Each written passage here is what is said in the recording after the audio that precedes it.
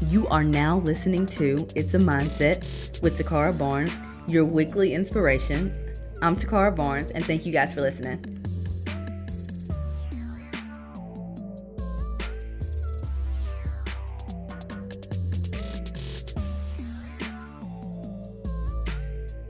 You are now tuned into episode number 4 of It's a Mindset with Tacarra Barnes. I'm actually very excited today because I have one of my future my past college teammates here with me. She's a high school basketball star, college basketball star, slash, she owns her own clothing line, slash, she's actually in the WNBA. And with me, I have Makayla Epps. Okay, so like I said, we got Makayla Epps here. Just a quick little background on how I know Makayla. Um, I like I said, we played high school basketball together. Makayla, I think you were what in 6th grade when I was in high school. Yep, I was a baby. I was definitely in sixth grade. Yes, she was in 6th grade. I said we were high school teammates, and I've actually seen like Makayla. I've known her since you were probably what 12 at the time. Yep. I've seen just Makayla just grow up and just I've seen her overcome like a lot of adversity and just watch her follow her basketball career just from a distance and just really just always checked up on her and just kept up followed her with her stats and just how she was doing at school and just from a distance and just really just I was there with her just in spirit and just I check up on her every now and then just to see how she was doing and just see how things are going for her. So just Makayla, can you just do me a favor, just give us just a background on you and just your previous situations and where you're at now and what you got going on. Okay. Like I said, my name is Makayla Epps. I'm currently a guard for the WNBA Chicago Sky organization. Um, this past WNBA draft, I was drafted pick number 33 in the third round to the Chicago Sky. Went up there, made it through training camp, and got a spot on the team. I was there the whole 5 months of the WNBA season. And, that was really big for me. Um, I'm from a very small country, rural hometown. Not a lot of people make it away from here. Especially my age and being as I'm a minority. A young African American woman, Awesome. and so it was just a grind, my whole life. I always wanted to, play professional basketball. So growing up in a small town, anytime I could play basketball, I was playing basketball, whether it was shooting garbage in the garbage can, playing with a ball of socks and a clothes hanger in the house, just anything to get me, away from my hometown. Not just to be like in a negative sense, but, I wanted to see the world more. There's more to life than your hometown. Your hometown's always going to be there, so I could always come back and see Lebanon. I just wanted to get out and, make a name for myself. So growing up, just fell in love with the game of basketball. Played everything from little league to middle school ball to high school ball. Played high school with Tacarra. I was young. I was like in 6th grade and I was 12 and she was like a junior or senior. So, two very different players, but, we both had the same passion, the same mindset. We just wanted to play basketball and win games. So, starting off my high school career playing with, a player like Tacarra really set me set me up very, very well for whenever she left. I could just kind of take over the reins and, make it my program. So in Marion County, I had a very good 7-year career. Not a lot of people play high school ball for 7 years, but things were a little different for me. And my high school was fun. My senior year, I won the Kentucky State High School basketball tournament or whatever. We were state champions back in 2013 with an undefeated record of 39-0, finished fourth in the country. It was just a remarkable experience and a remarkable journey with some remarkable girls I'll never forget. And then turning tables, got a athletic scholarship offer from the University of Kentucky after decommitting from the University of Louisville. Growing up, I had a lot of different colleges, wanting me to come play for their universities. A lot of great options, but I'm a Kentucky kid. I was born here, I was raised here, so I wanted to stay here. And had the choice between Kentucky or Louisville. Committed to Louisville, then decommitted, then took my talents to the University of Kentucky, where I spent all 4 years there. Didn't really play much as a freshman, which was expected, and but I learned a lot. And then so my sophomore year, I kind of just got thrown out there into a role I had never had, trying to shape me into a leader as a college basketball player, who really didn't know how to lead a college basketball team. I spent 3 years, my last 3 years at Kentucky, being a leader, being the voice, being the face of a program, a prestigious program, just trying to, continuously make a name for myself. Wanted to play pro ball still, when I was in college. My dreams didn't fade, they didn't shift. I still had the same dream and goal.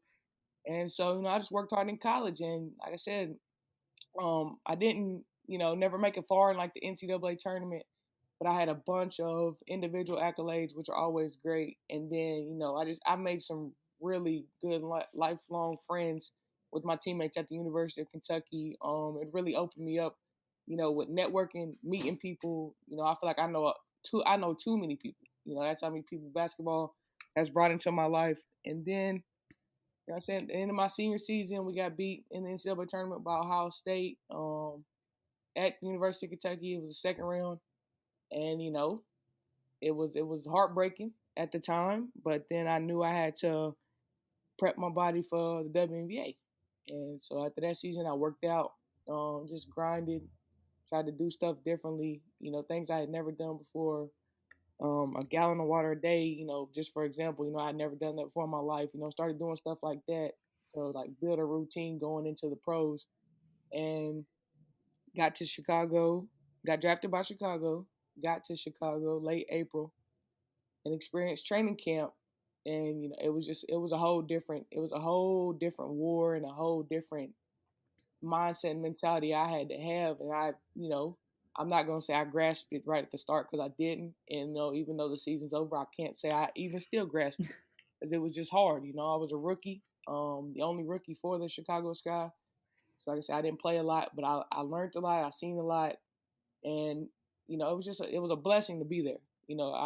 I'm the only person from my hometown that has made it somewhere so big like that. The biggest stage in the world for basketball, women's basketball, the WNBA, and it was just I treated it like a blessing. I wasn't playing, but I didn't let it, get me down. It was frustrating at the start because I felt like I could have helped.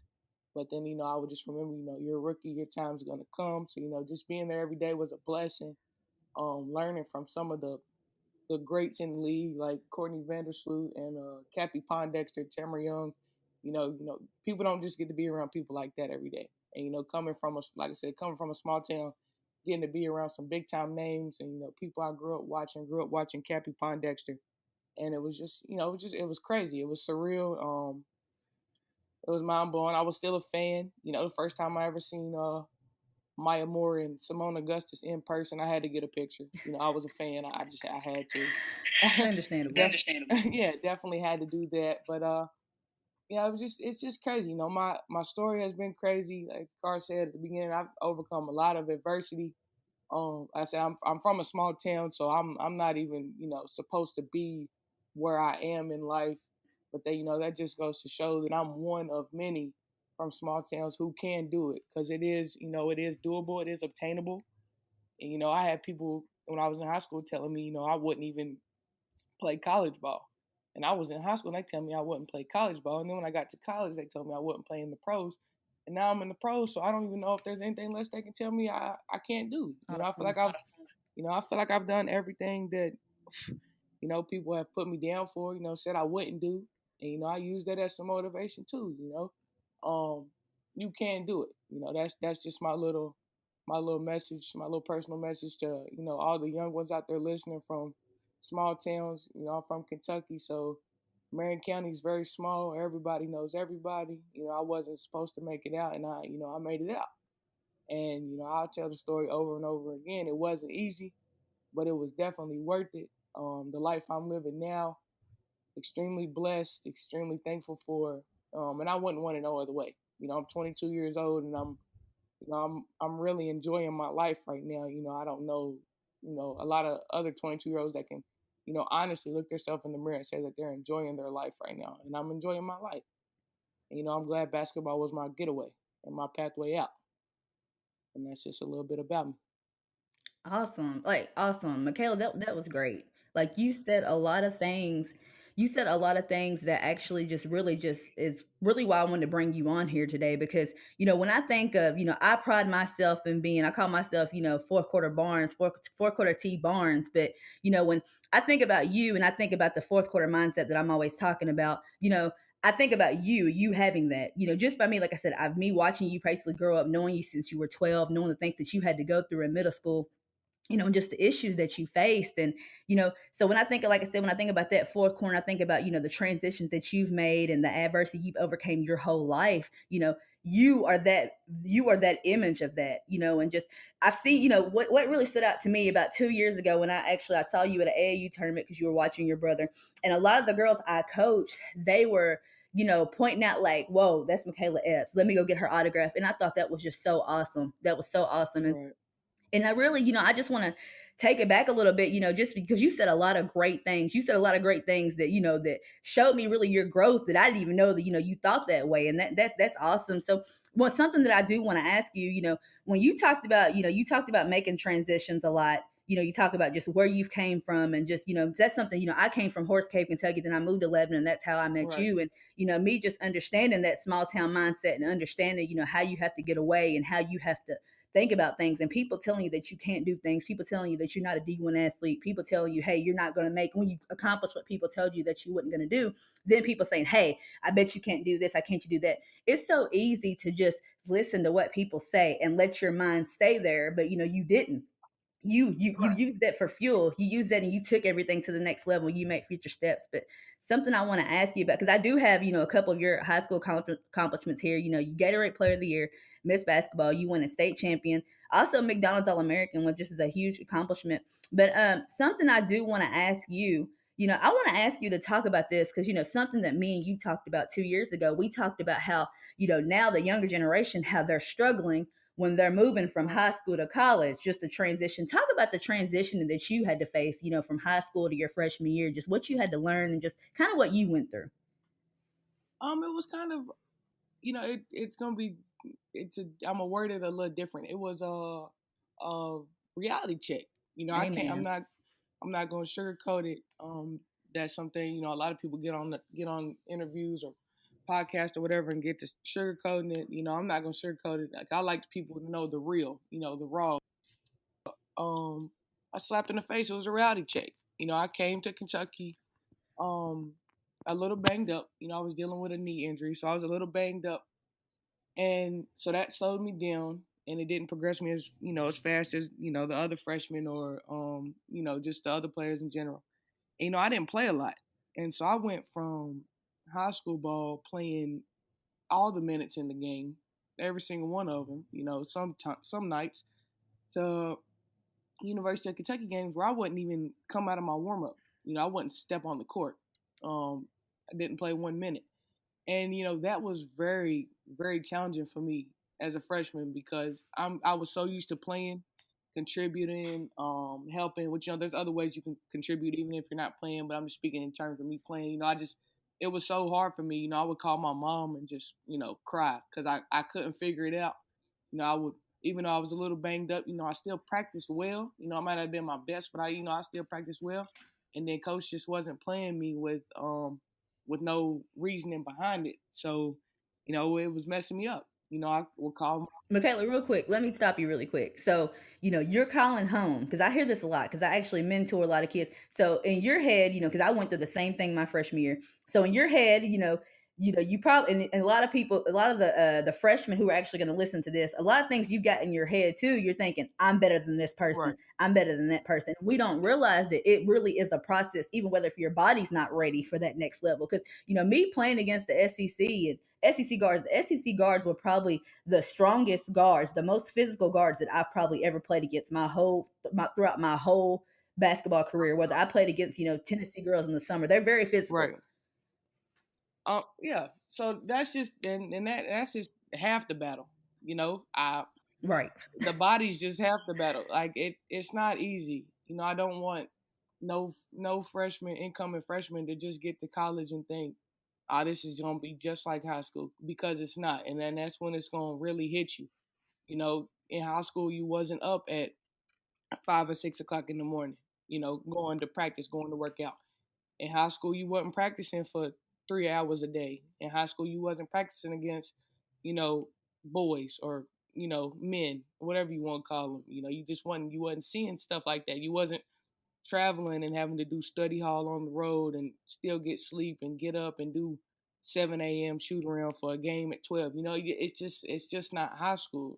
That the reality is it's just not high school. And the only way to get ready for your incoming freshman year is to just get your mind right. It's all a mindset. Don't Hmm. go in there on your high horse, because either your coach or a senior or junior is gonna knock you off your high horse. And it's just you just got to go in there with the mindset that it's a, like you said, it's a process, it's a grind, and you got to work. If you want anything in college, when you getting there, it's one thing. Now, if you want to get there and make a name for yourself, play, you know, um, be one of the faces of the program or whatever, that's when you got to work. And that's what I had to transition my between my freshman and sophomore year. I didn't play my freshman year. I just didn't. It was bad. I thought about transferring, and that's something that I feel like every freshman goes through. They get there, and there's a couple of days where they just don't like it, and they want out. But let me go ahead and be the first to tell you, it's not going to be any different anywhere else. So, you Right. know, I don't even waste that year. That's how I look at it. I don't even waste that year. It's not going to be no different. I told myself, if it's hard at the University of Kentucky, I'm sure it's even harder at the University of UConn, South Carolina, Tennessee, some of the big dogs on the collegiate level. So and regardless, I could have went anywhere else, if I didn't want to stay at Kentucky, but I just realized it's not going to be any easier. You know, if I don't like coach today, I wouldn't like my next coach the next day. So it was just one of them things where you just gotta understand it, trust it, believe in yourself. And like I said, if you want it, just go get it. But in college, it is definitely a grind. Your body's put to the test, your mind is put to the test, your character is put to the test. Everything from top to bottom will be put to the test in college. And then that's when you see what you're really made of. Is basketball what you really want to do?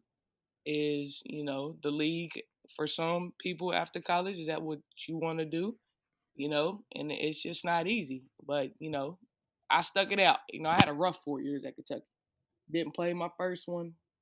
Um, my sophomore year was all right. My junior year got into a little stuff off the court that set me back a little bit. And then going into my senior year, I lost, six teammates and two or three coaches. So, I went through stuff that, most people's not gonna see in college and most people's not gonna have to experience. But I just, I kept my head down and I kept my head about me, and who I was as a person, and I just, fought through it. Adversity is real and it happens every day, and it was happening often to me. But I just fought it back, and I can say I won because everything taught me a valuable lesson, and overall I had a good 4 years at Kentucky, but it was not easy at all.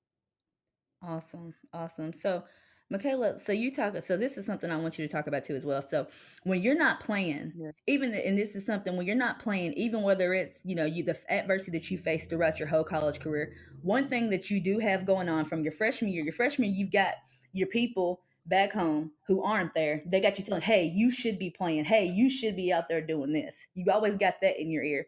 And also, too, and when you talk about that and talk about just the time throughout your whole career, because like you said, it does get easier, but you still face battles. Talk about how you face one, because I'm sure you've had times where like you've lost confidence, whether it was, you could have had 20 points the previous game before, then had two. Talk about how you dealt, because I get this question asked a lot, and this happens a lot. You lose confidence so much throughout college, whether you're thinking, you think other people are thinking you're doing great, but you want so much more for yourself. Talk about what happens when you lose confidence and how you overcame that. Oh, that's a big one, and that's real. You lose confidence in college every day, and it's just the reality. Like, if it ain't every day, it's gonna be every other day. And it's gonna happen. Regardless, if you're there at a university for 4 years, one day out of them 4 years, you're gonna lose confidence in yourself, and it sucks. It really genuinely sucks. Like Carl said, there've been games where you're like, oh, I'm feeling good tonight. I'm gonna go out here and get about 20 or 25, and then end of the buzzer in the fourth quarter, you only got like six, and people's telling you, oh, it's all right. You still played well. You did this well. You did that well, but to yourself, it just wasn't. And I had multiple nights where I lost confidence in myself, and I'm a competitor, y'all. So don't get it twisted. Like I would get so frustrated. It would make me so frustrated, and when I got frustrated, I would cry about it. And that's when I just really assessed everything. Like, man, this sucks. My confidence is low. We got another game in like 2 days, and I don't even know if I'm gonna shake back and be ready for that one. And then I have two bad games in a week. It's just stuff you got to think about. But for me, like, when my confidence got low, like my sophomore year when I started playing more, and like I was still new to the SEC and still new to college. I didn't really play as a freshman. So when my confidence got low, I would just look for outlets, people to talk to. I would just explain them my situation. I wasn't asking for all the answers in the world because there's not really an answer. Nobody can solve your problems but yourself. But I would just call like my mom. I wouldn't call my friends because my friends are going to tell me what I want to hear. I would call my mom. Exactly. I would call my mom. My mom or I would talk to my dad. The lucky thing about the good thing about my situation is my dad played Division I college basketball at the University of Kentucky also, so he had been there. So I would talk to my parents because they're gonna keep it real with me. I was growing up, I was getting older, so I would talk to my parents, about my sophomore, some of my junior year, and then like after I felt like I was just losing confidence in myself, often having to have talks with my parents about it. I would just, if I came out and had a bad game, on like a Thursday, and that Friday, I would just go in the gym. Like if I shot bad, and my confidence was low, like, man, my shot's off. It's not looking good. I'm not hitting. I'm not scoring. Then the next day, I would just go in the gym and make like 300 to 500 jumpers. Just to see the ball go in the net. Get it back. I knew I was a good player. I knew I could shoot. I just had an off night. But at the time, I wasn't thinking it like that. So then I would have to, process everything after the game or the next day, and not just be like, not hitting shots. Then just go in the gym and shoot more. Reps are the answer to everything. So, when I channeled that, then I felt like I started having like less bad days. Was gaining more confidence. You shooting 500 jumpers and you see 350 of them go in, you're feeling pretty good about yourself. That's a nice percentage. But there's different coping strategies for everybody. Everybody's different. If you need to talk to somebody, find you somebody, like your parents or somebody that's gonna keep it real with you. All my friends were gonna tell me exactly what I wanted to hear, and I did not want that, so I didn't go to my friends. And nothing against them or nothing, but that's just what friends are programmed to do, make their friends feel better. And then just I would recommend not to keep it bottled up because college is hard and college will break you down. And holding in emotions and feelings and thoughts, eventually it'll catch up to you and you'll just explode and be so overwhelmed that you'll hit a wall and then you'll really be confused on what you do. But like I said, it ain't easy. You're gonna lose confidence in yourself, your teammates, your coaches. You're not gonna trust people. It's gonna be hard for you to trust people, and all that all in one. But definitely find you some positive outlets, somehow, some way, and just always want to overcome, remaining confident in yourself. Because if you don't believe in yourself, ain't nobody gonna believe in you.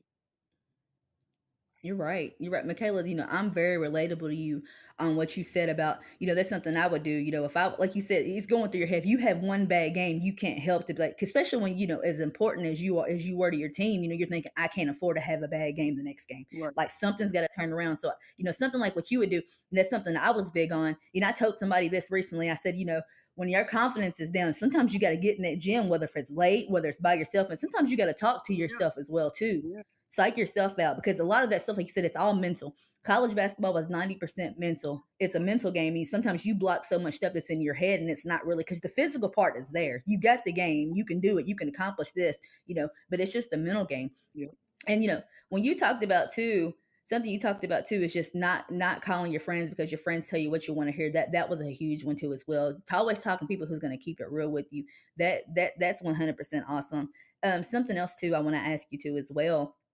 So, like I said, me and you, it's crazy because me and you are just, we have the same mindset on this, and we've kind of been through the same things. So, I'm going to talk to you about this. So, end of your junior year, going into your senior year, you faced a few minor legal issues that weren't real to me. I mean, they, at the time, they were a big deal, but not nothing. It could be way Right. worse, 100%. So really, like, you could have easily let that get you down too as well, and you could have let that really keep you down, especially because after that moment, you've got people who's questioning your character, questioning what you stand for as a person too. And me knowing you, you want people to always think the best about Right. you, and you know what I'm saying. And just you're not a bad person at all. You're not a bad kid. You just we make Right. mistakes. Talk about just that situation and just how you bounce back from that. Because you after that situation, you still had the best season. After that, your points still went up. You still carried your team. Talk about just how you bounced back from that issue, how you blocked out that negative, and how you stayed focused. Okay. Some of y'all might know, some of y'all might not. End of my junior season, I got into a little off court mishaps. Just being a kid, being young, being closed minded, not really thinking about the situation through all the way through. And I got into a situation to where the law was involved. Not like Tacarra said, not nothing too crazy. It could have been way worse. There's stuff out here happening way worse. The law was involved, and I just tried to like brush the situation under the rug so it wouldn't come back out to light. Some months went by, like a month and a half maybe, and somehow the situation had got brought to light. Not from me, and my head coach, Coach Matthew Mitchell, found out, and he just wasn't happy. Wasn't happy for multiple reasons. It didn't come from me. It happened like a month and a half prior to him knowing, and it didn't come from me. Um, the incident itself, he wasn't happy about that. And then so it put me in a position to where I had to make a choice. Me and him sat down. Like I said, he was not happy at all for multiple reasons. And, we sat down, and he was gonna put me on some, like, at the time I thought this man was crazy. Like he was trying to put me on like, some some like jail time schedule, like some locked up schedule, and at the time I just wasn't feeling it because I didn't think I did nothing that detrimental. So we bumped heads a little bit, and then I was faced with the decision of, do I want to stay at the University of Kentucky, or do I want to pack my bags and leave? That was the ultimatum he gave me. It was either I was going to stay here at Kentucky, do it his way, manufacture it. It's manufactured by him, so I was going to follow it, by his rules, or I was just going to leave the program and go somewhere else, to where they wouldn't punish me or be as hard on me about the situation. So, I had like 24 whole hours to think of that situation through.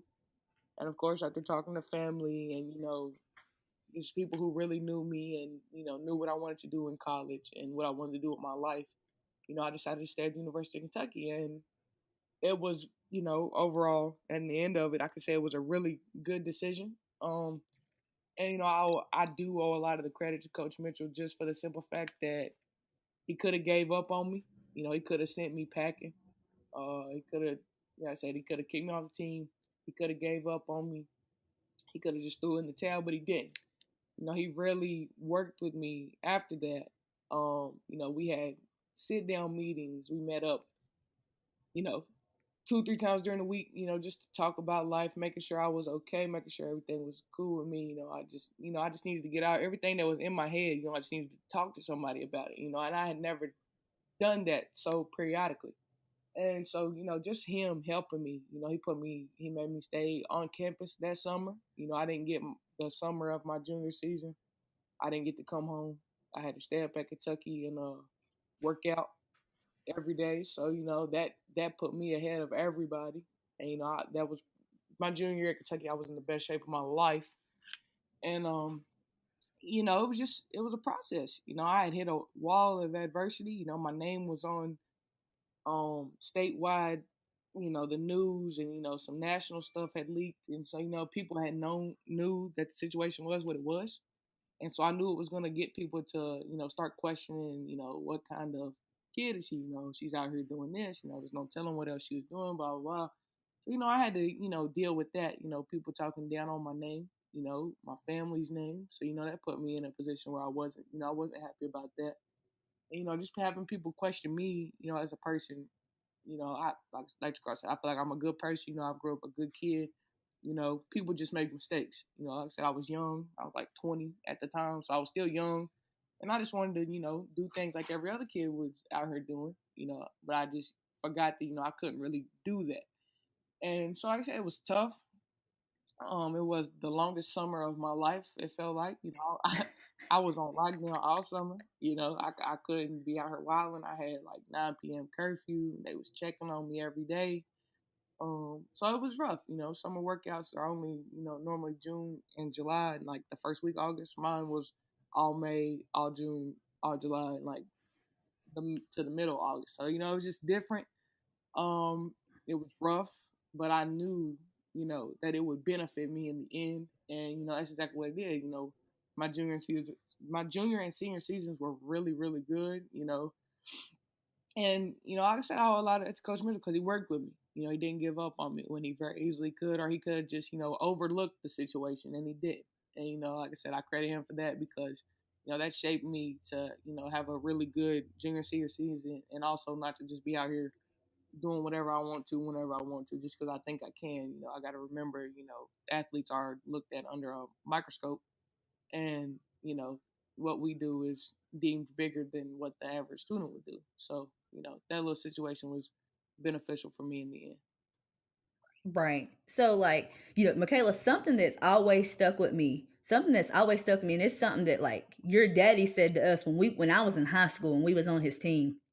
Something he told me, he told us as a team, he said, if you're mad at your coach, who cares? Because I was mad at my coach for 4 years. And that's something that probably out of all the things he's ever said to us, that's something that stuck out to me because at the end of the day, shout out to your coach because think about it. He was willing to take a risk of kicking you off that team. And think about what he would have lost. He would have lost 17 points a game. He would have lost his starting first all SEC guard. Like, think about the importance of how you work the team. At the end of the day, he was still showing you that you weren't bigger than this team. It's more to life than basketball. And, that's such a blessing because, Makayla, like a lot like with you, I had a lot of situations too, going into my senior year where I had to stay the whole summer too, as well as off the court issues. And, me, I stayed in trouble.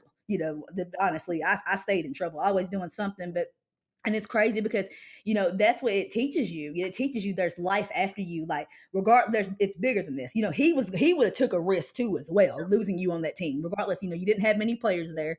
You were the leader of that team. He would have lost as well too. But that was that was a risk that he was willing to take just to show you that it's bigger than life. Well, it's bigger than basketball. Right. And, Um, yeah. Go ahead. No, you're right. I was cutting out, but I was just saying, like, right. Right, 100%. So, let's fast forward a little bit. So let's talk about this. So let's talk about, draft night. So, you know, I watch your videos. I watched it on Facebook Live. It was on Facebook Live. So, time's ticking. You're seeing people who, my opinion, who you were better than. You're seeing people who it's all, when you're a competitor, you have egos Right. like we do, you're watching people go ahead of you and you're thinking like, what's really going on? You Right. know, so just that process. Like, did you give up on yourself? Like, did you thinking like what's really gonna happen? Because me, I had meet people when people asked me, I was like, yeah, I'm thinking she's gonna be top 10. That, but I could have been biased. I Right. don't know. You know what I'm saying? So like, talk about that feeling and from you waiting to your name being called. I said I'm gonna keep it. I'm gonna keep it real. I'm gonna keep it raw. I draft night. It was crazy. A lot of emotions. A whole lot of emotions. When the draft started, going into the draft. Like Scott said, I'm a competitor. I played against a lot of the girls that entered the draft. I played against a lot of the girls that had got drafted before me. Some I just solely did not agree with, but that, like I said, that's anybody. I'm not just gonna be like, oh yeah, she's better than me. If I truly don't believe she's Right. better than me. I'm sitting here watching the draft, and the first round goes by, which people have been talking, Epps is a first rounder, so I had put myself, of course, you always got expectations for yourself. So, I told myself, prior to the draft, I was thinking, maybe I'll go late first round, early second round, so that was like my own self expectations, because I felt like I was at least late first round, early second round type player in college. So then the first round goes by, name not called. So I'm like, okay, that's fine. I'm not sweating it. In a sense, it really doesn't mean anything because everybody's got to go to training camp. So then, the second round goes by, my name still ain't called. So then now I'm sweating a little bit. now I'm sweating a little bit just for the simple fact that the WNBA only has 12 teams. Um, they only take 36 players in the draft. And so there was only one more round, and 12 more players, were up to be drafted, and I was one of the 12 left. And just watching it, hearing the commentators, say, we can't believe Epps is still sticking around, blah blah. And then the pick started rolling in for the third round. And then pick number 30 comes in, still no name. 31 comes in, no name. 32 comes in, still haven't heard my name. So then I'm sitting here like, wow, there's only 4 spots left, you know. But then again, now that I think about it, at the time I was really worked up about it because I was like, oh my god, there's only 4 draft spots left. My name don't get called, now I'm gonna have to deal with people, da da da. I was all worried about the wrong things, and um, then what? Oh yeah, so I wanted to be, I just wanted to see my name be called on the TV. I knew people was watching. I had a house load over here of all my closest family, closest friends. We had food. It was a good time. Then to finally see, 33 and, Makayla Epps come across the screen. I told myself I wasn't going to cry on draft night, but of course I was crying. I told myself I wasn't going to cry, but of course just because, the suspense was crazy, the emotion was crazy, and just somebody gave me, like an opportunity. Chicago took a shot on me and gave me an opportunity late in the third round to, come out there and, do be there for training camp. And so, it was just so crazy, just to wait that long. The draft was like at 6 or 7, and my name didn't get called to like hour and a half after that. So, just to sit around and wait for the suspense and the emotions to settle in and all that. But once my name got called, I had put all that other stuff about worrying about who went ahead of me aside, and I just used it as motivation. I was like, well, when I go to training camp, them 2 kids they took before me, they just that's who I'm gonna be guarding, and they're gonna be guarding me, and it's just gonna be me versus them every day. I just used it as like a chip on my shoulder. Like it was like an itch. It really bothered me. It did, and so like when I got to Chicago, like I said, I just used it as my motivation, and I just got in there and worked. I outworked the other rookies. I knew they was only gonna keep one of us, and they had 3 of us. So I had to outwork them, and that I said they was my friends, but I wanted to be there, so bad that I was willing to do whatever I had to do to put myself ahead of them, and so I stuck it out. They're 2 tremendous players, and they're my friends, and they're good people, but I'm glad that I got to be the rookie to stay and not come back to Lexington and back in Kentucky and be there and get to learn everything I learned throughout the whole season. Awesome. Awesome. Awesome. That's fantastic. Like, so you get past your training camp. So talk about the difference between, because me, I don't know this one. I had opportunities to play pro, but I decided not to. Talk about just like talk about just the work ethic different, because we think that me personally, I think the work ethic in college, I'm thinking like, what Jesus, like what is this, like what could be harder than this at this point, like this practicing. Talk about just the work ethic and what you've seen that transition from college to WNBA. You know what I'm saying? Just Yeah. if it's is it another situation, like if you don't want it, don't do it, or just talk about that, like talk about that. It's definitely another situation where, like, if you don't want it, then don't enter your name in the draft. I mean, if we're just keeping it real, right? Say don't even You know, say for one, because there's not a lot of spots as is. So say if you don't even want it, and you get a spot and you don't even want it, and somebody else could have had that spot. Don't even do that. But like it was another reality check. I haven't been in, it was my first go around with the WNBA, and I got there. I come from University of Kentucky where like everything, you could go in there and do like some extra, get some shots up on your own and stuff like that. Like you could get the gym and work on your game alone, but majority of the times it was team workouts, team individuals, or at least with another guard or two.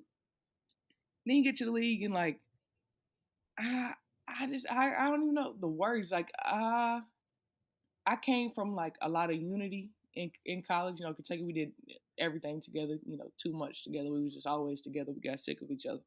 And then I got to the league, and then like it's a lot of like individualized stuff. You're not lifting heavy weights in the league. Like in college, you're back squatting and bench pressing and power cleaning the world's heaviest weight, and then you get to the league and you're just not. You might pick up a 20, 25, 30 pound dumbbell, and you do a lot of like band resisted work. And then like you don't do skill workouts as a group like you did in college. Coach texts you and be like, you gotta work out for an hour. All the guards gotta work out for an hour in college. In the league, you didn't work out with the other point guards or the other guards. You just basically had to like get it in whenever you could fit it in. It was one of them things. A lot of come to practice early, get some shots up, stay late, get some shots up. But it was just like the game in itself was the biggest like eye opener, just for the simple fact, like again, I had never been in the league. I didn't know what to expect. I came from the University of Kentucky. I was a pretty good player, but I never walked into that first practice like I'm about to, you know, beat a vet one on one to the basket. That was never that was never the case because I just didn't know what I was going walking into. And, just being around these pros, they make pro cuts and my passes I would make in college wasn't getting through, and it was frustrating. I was like, they are eating me up today. And so, and Right. so it was just I had to go through that. But like feel like I'm not gonna say I got comfortable. Well, not even like comfortable, but I felt like I was a little less tense and I could actually like play ball. I got there in like April 22nd. I wasn't like it took me like a whole month to really like let loose. And I was like I said, my passes, college passes, they would have been there. The pros are faster, so they was reading them. It was a lot of pick and roll action in the league. And at Kentucky, we didn't do a lot of pick and roll action. So me being in a pick and roll with Stephanie Dolson from UConn was one of my teammates, and having a big that could shoot threes. I didn't have that at Kentucky, so it was just stuff like that that I didn't really know because I wasn't used to it. At Kentucky because we didn't do it at Kentucky. So just getting to the league and just having to learn. They don't stop and teach in the league. It's either you got it, you catch it on the run, or if you don't got it, you just get in the back of the line and sit back there and figure it out. So you don't stop and coach break it down and break it down and break it down until everybody in the gym understands it 10 times. It's one of them. If you don't got it, just scoot on to the back, watch it, and then hop on back here whenever you're ready. So I did a lot of that. I did a lot of that. And like I said, it was frustrating just for me because I wanted to get it. I wanted to understand it. I wanted my WNBA coach to know that I knew it, and I just couldn't get it. And so I just had to deal with that. And none of my teammates got mad with me or nothing. But if y'all could have seen it, it was just really funny because that's why Tacarra's laughing because she knows how goofy and life just goes over my head sometimes. So that's why she's laughing because she already can imagine how silly I look just in there struggling every day. But like I said, the league's a lot different than college. On a whole lot of different levels. The guards are big. The SEC guards are big and fast and strong. But in the league, these are grown women. Some of they're the best players in the world. I've been on the court. Um, I think it was our first game of the season. This is how crazy it is. It was the first game of the season. We played Minnesota, the Minnesota Lynx. So coach throws me out there. I think for the game I played like 7 minutes. So there was one time in the game, it was like a dead ball, and I was on the court as the point guard. And Minnesota had Maya Moore, Simone Augustus, Lindsay Whalen, Rebecca Brunson, and Sylvia Fowles all on the court at once while I was on the court. Now y'all know they not supposed to have all them stars on the court. Y'all know they not. Y'all just know they not supposed to have all them stars, all them On one yeah, team. on one squad when the rookies on the court. That's when the other rookies are supposed to be playing and everything else. So the ball was about to be thrown into me, and I just happened to glance at the court, and I was like, "Oh shit! Like this is real out here. Like this is really real." So you know, what I'm saying? It was just so crazy. But like just to be put in a situation like that, mind blowing again. But you know, I said to get to the league, it's a grind, and then when you get to the league's so cutthroat, the business so cutthroat that you can be there one day and gone the next. So you got to continuously work, whether that be, like I said, in the league, you don't do a lot of like individual workouts and stuff like that. So you got to find that time to get it in on your own. Um, and so that's what I did. You know, I spent a lot of time doing a lot of stuff on my own. You know, a lot of cardio on my own. I wasn't playing a lot, so I was losing wind in my lungs, but I wasn't playing and getting that run. And then in practice was like my game, so I took practices very seriously. But then, other than that, the league was cool. It was a great experience, and I'm ready to get. I love Chicago, so when April comes back, I'm gonna be really excited to get back to Chicago for my second year of training camp in the league. Awesome. Awesome. So like with you, like I'm laughing too because I understand those moments. Like I understand because it's different when you watching, especially. I mean, like I said, I couldn't imagine playing in pro because I'll tell you right now, I would, me and you are the same way because me and you we get starstruck because and it's not we just appreciate good players. Like you know Yeah, what I'm saying? Like we appreciate that. Like we appreciate watching good yeah, basketball. Like I had my moment too, but mine came way earlier than your mine came my freshman year.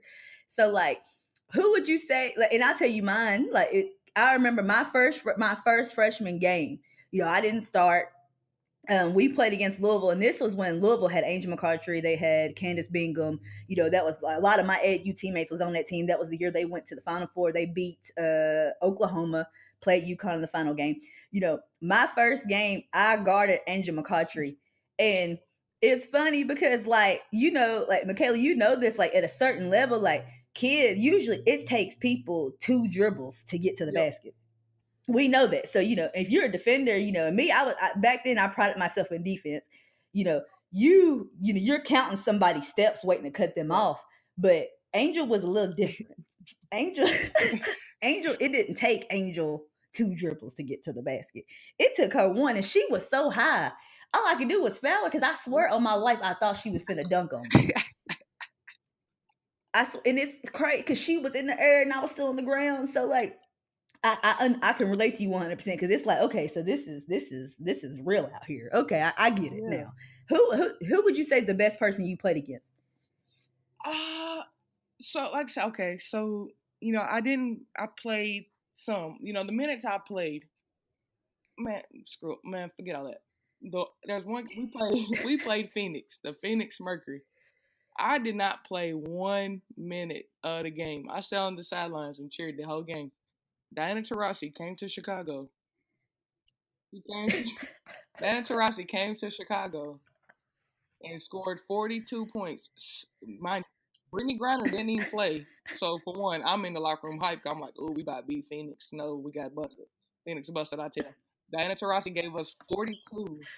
42 so effortlessly. They was so effortless. They was effortless buckets. They really was.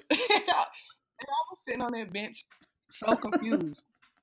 I just really couldn't understand. Like, well, why is this woman doing us like this so effortless? Like it was bad to find. Like it was bad. She was coming off in ball screen so smooth. Like yeah, I don't think she sweat. I don't Right, think I like, sweat. bruh, is she sweating? I promise I don't think she sweat the whole game. But that was just one game where I was really like, wow. Like I said, I had been out.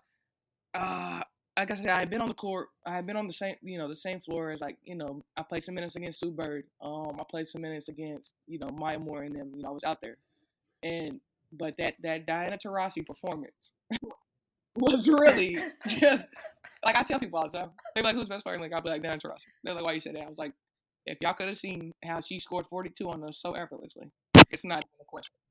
Like it was just one of the performances that I was just like, wow, like that's truly incredible. Like she's not even out here working hard or nothing. She's just catching and shooting and scoring every time. So I would definitely say, I didn't play, but I was on the team, so I'm gonna say that's the best player. Yeah, oh yeah, that was a clinic. Yeah, it was a Rossi That was a show. That was a show. clinic. Oh wow, I understand 100%. So as we get to like closing, like I want to add, so I want to take a step away from basketball really quick. So you recently launched a clothing line. So it's called Steelo. Steelo, Stillo. Steelo, yep. So talk about, you got the name of that, and just talk about just your clothing line a little bit, just because a lot of people might not know that you actually have that. So let's just talk about that too. What made you want to do that, and talk about how you got the name, etc. Right. So there's this guy that I've known on campus since I was a freshman. He goes to UK with me. I'm still in school, working to get my degree. But there's a guy at UK.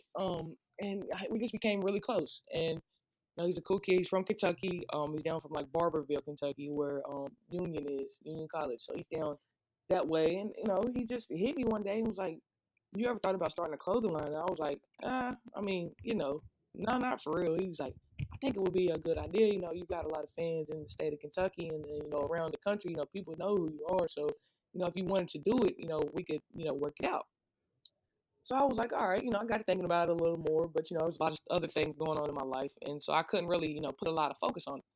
And then he asked me again, and was like, "You thought about that clothing line?" And I was like, "You know what? I'm just gonna try it. Why not? I was 20. Yeah, I had turned 22. I was 22 at the time, so I was like, why not just try things? Basketball's not forever. If this stuff takes off, that would be crazy. You never know until you try. And so we just sat down, and he was like, "What would we name it? Like, what would we name it?" And that was like the hardest thing, because I mean, people put anything on anything nowadays, so you could literally put anything on a shirt. Right. So, I think I might have been watching something or listening to something, and I heard the word Steelo, and the way I've always, known the word and understood the word is like swag, style, like more. I'm a millennial, so I'm more like stuff like that. Like yeah, my people laugh all the time. Cause I'm like, yeah, I'm a millennial. I ain't even gonna lie to you. And so like it's more of like a millennial word. Stilo meaning swag. Whatever. It's basically whatever you want it to mean. But that's just my perception of it. So he had like all the printing machine, the printing press, and all the everything we needed. So I was like, let's just do Stilo, but we gonna add something to it. So we took Stilo. So on the shirts there's Stilo, and then underneath the Stilo logo is a logo, and it's got an M and an E for Makayla Epps, and then like my basketball number in the E. So it's like basically like styled by Makayla Epps, number 25. That's what the shirt basically reads. It just says Stilo, and it's got ME25. Um, it's crazy because the shirts really have taken off. I've sold over about 450 shirts. And it ain't been up that long. I've had two events where I've actually set the shirts out myself and sold them to people myself. I'll sign them, take pictures. Whatever you want to do, we can do that. We do kid shirts. I got some youth sizes. I got, adult sizes through small to 3X, showing love to everybody. And then, it was just one of the things we just kind of did. And then now, since it's gotten cold, and I'm about to go overseas, we're actually working on some sweats, like some sweatsuits, some hoodies, and like some joggers. So I know it's just one of them things that we're just gonna try an area. We're gonna try the hoodie thing and the sweat thing, see how that takes us. Like I said, I'm gonna be in Israel, so I'm gonna be working across or wherever I'm gonna be for overseas. I'm gonna be working across the water with my guy here back in town.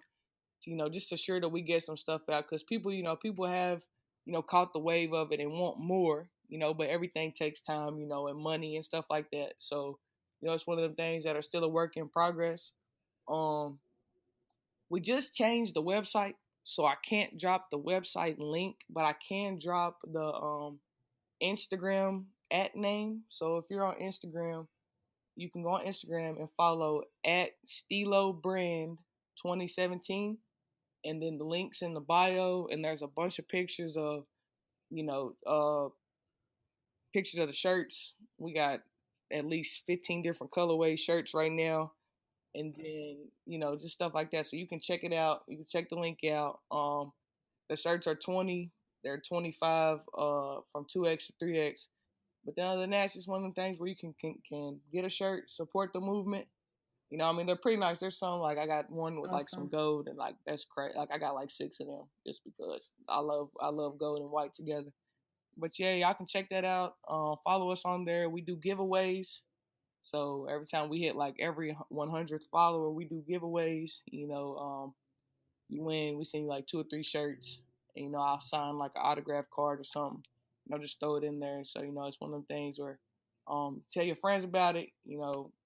People been talking about they want shirts for Christmas. I'll be out. People be like, you got any other shirts with you? I'll be like, nah. So I'll be missing out sometimes because I don't carry them with me all the time. But I would really appreciate, if people went out, supporting me. You ain't even got to buy a shirt. Just follow us, shout the page out, just get more people knowing about it because that's what we're trying to do right now. Awesome. Awesome. Makayla, just so like, I know like with all things you've been through, I know sometimes, you being a leader, you're always encouraging people and sometimes you don't always get that encouragement. So I just want to take the time just to encourage you, like, just from where you come from, me watching you grow up, like, you've had an awesome career. You've got some, just like I said, me talking to you, me sitting down, this is probably the longest me and you've talked in a long time. Like, I'm extremely, extremely proud of you and just what you've done and where you're headed. And, just keep focusing, and just keep working hard and just keep overcoming that adversity. And you're smart. You learn to block out negative things because it's always people in your ear when you're an athlete telling you should be doing this, you Right, should be doing that. definitely. Just understand that you got your own process. You can run your own race. Like, I'm extremely proud of you. You got great things coming for you. You go into overseas, and like I said, I joke on you all the time because your country. Yeah, And I tell you that you're super green, but I really think that you're gonna be fine. And I'm gonna be praying for you and all the things that you've been through. God has so many big plans for you and just where you're headed. All the things that you've been through previous is for some reason. And you've got that fourth quarter mindset. And just the last thing, if you can just tell any advice that you have for whether it's a future athlete, you having a business now, whether it's a future business owner, just give some advice to just, what you want to tell them. and what I want to tell everybody is, man, underlying fact is you can do it. That's my best piece of advice. If you want something in life, whatever it is, to start a clothing line, to be an entrepreneur, to be a businessman, to be a barber, to be a dentist, whatever it is, like whatever you want to be in your life, you only get one shot at your life. And so I want to die I want to die knowing that, I lived my life to the fullest. I did everything that I possibly could have did, legally, and I enjoyed it. Everything I do I want to enjoy. If I'm not enjoying something, I'm just not going to continue. Makayla, how would you explain your fourth quarter mindset? Like I said, I got a go get it mentality. That's how I was raised. That's how the people of this community, downplaying me and talking bad about me helped me be. Um, just go get it. Whatever it is you want in life, whatever. And I mean literally whatever job, occupation, whatever entrepreneur, businessman, whatever you want to be in your life, just go get it. Go be that. Go be just that. For that one person or multiple groups of people who tell you that you can't go be what you want to be, go be that just for them and for yourself and just for them especially. It's gonna motivate you. It's gonna help you get there, and the negativity can, turn into positivity for you because it's gonna fuel you. It's really gonna fuel you like it did me. Like I said, that's my favorite thing to tell people. Like whatever it is you want in life, go get it. Can't nobody stop you but yourself. And that's it. Awesome. Awesome. Makayla, we're definitely going to be following you. You going overseas, and we're going to actually just be keeping up with just your brand, your Steelo brand, and just, your clothing line. Just Makayla, thank you for being on here today, and just let this reaches out to, all the young athletes out there, and just everybody who just got something going on, just showing them that it's a mindset. So, we support you. Anything that you need from us or anything you need from me, just let me know. I always got your back, whatever you need. Just appreciate you for coming on here today. Thank you. No doubt. I love it. Thank you for having me. So that is a wrap for another episode of It's a Mindset with Tacarra Barnes. And of course, I am your host, Tacarra Barnes. Once again, just want to thank you guys for listening and see you next week.